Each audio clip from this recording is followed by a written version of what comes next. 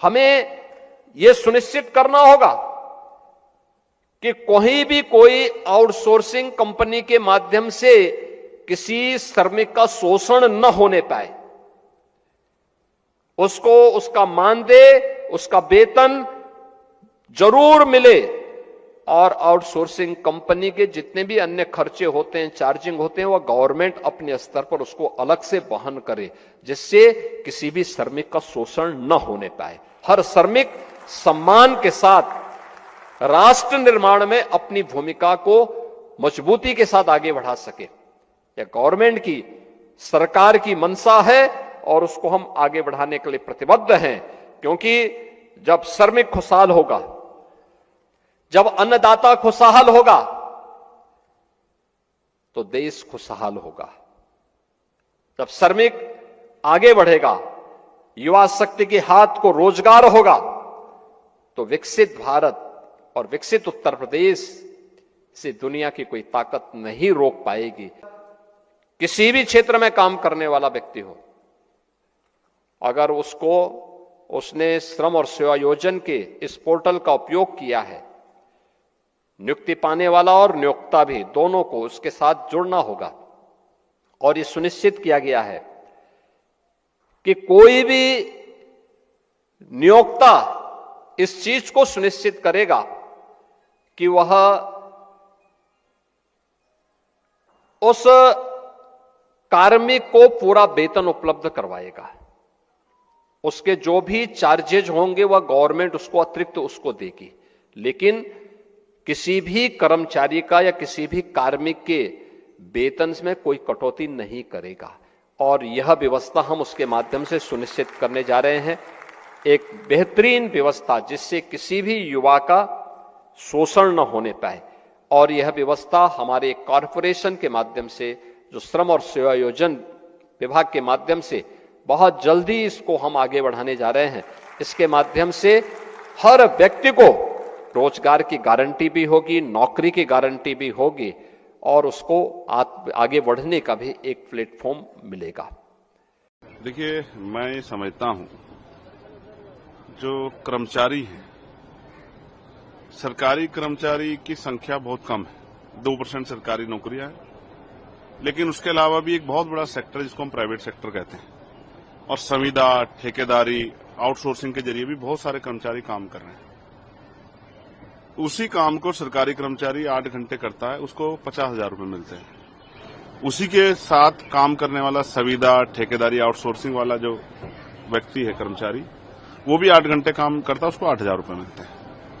ये जो वेतन विसंगति है, ये जो इतनी बड़ी गैर बराबरी है, ये गलत है। समान काम, समान वेतन। कम से कम गरिमाई जीवन जीने के लिए जो वेतन की जरूरत है, इतना वेतन तो कर्मचारियों को मिलना चाहिए। आप ये महसूस कीजिए, जैसे पुलिस है, पुलिस के कर्मचारियों को 50,000 रुपए तनख्वाह मिलती है, होमगार्ड को 10-12 हजार रुपए मिलती है, 16,000 रुपए मिलती है, पीआरडी के जवान को उससे भी कम मिलती है। तो मैं ये समझता हूं कि ये अन्याय बंद होना चाहिए। जितने भी आउटसोर्सिंग, संविदा, ठेकेदारी पे कर्मचारी है, उनको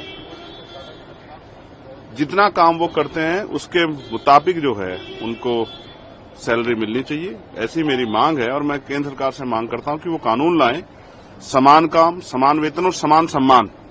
जिस तरह का सम्मान जो है गवर्नमेंट एम्प्लॉय को मिलता है, इस तरह का सम्मान प्राइवेट एम्प्लॉय को मिलना चाहिए। जो आउटसोर्सिंग के माध्यम से स्वास्थ्य विभाग में भर्तियां हुई हैं, उसमें बड़े पैमाने पे आरक्षण की अनदेखी की गई है और मनमानी ढंग से लोगों की नियुक्ति कर दी गई है। और माननीय अध्यक्ष जी, इस प्रदेश की एक बड़ी समस्या है, माननीय मुख्यमंत्री जी भी यहाँ बैठे, मैं अवगत कराना चाहता हूँ कि जैसे ही कोई आउटसोर्सिंग के माध्यम से भर्ती निकलती है, तो जो ये कंपनियां होती हैं वो आवेदकों का शोषण करना शुरू कर देती हैं। माननीय अध्यक्ष जी, यहाँ तक कि जो नौकरी के नाम पे 3 महीने 6 महीने की एडवांस सैलरी उनसे ले ली जाती है, तब जाके नौकरियां दी जाती हैं। आपके माध्यम से मैं अनुरोध करूंगा कि ऐसी जो लापरवाही की जा रही है, इस पे रोकथाम की जाए। और माननीय अध्यक्ष जी, आउटसोर्सिंग जो कर्मचारियों की पीड़ा को जानना, उन्हें महसूस करना और भी आवश्यक हो जाता है, क्योंकि एक ही जगह पे जब एक आउटसोर्सिंग कर्मचारी काम करता है और एक रेगुलर कर्मचारी काम करता है, तो दोनों के वेतन में अंतर है। जो रेगुलर कर्मचारी है उसको उसे काम करने का 28 से 30 हजार वेतन मिलता है, और जो आउटसोर्सिंग वाला कर्मचारी है उसको 16,000 मिलता है माननीय। और 16,000 में भी माननीय अध्यक्ष जी एम्प्लॉई EPF जो 12% कट जाता है, जिसमें 1663 रुपये कट जाता है। एम्प्लॉयर EPF 13% कट जाता है, जिसमें 1802 रुपये कट जाता है।